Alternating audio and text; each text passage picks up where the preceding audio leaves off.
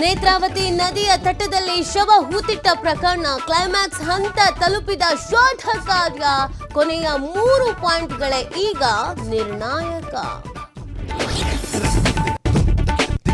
ಇಂದು point number 11, 12, 13 ರಲ್ಲಿ ಶೋಧ. ದೂರುದಾರನ ಕರೆತಂದು ಕಳೇಬರಕ್ಕಾಗಿ ಹುಡುಕಾಟ. ರಹಸ್ಯ ಬಯಲಿಗೆ ಎಸ್ಐಟಿ ಕಾತುರ.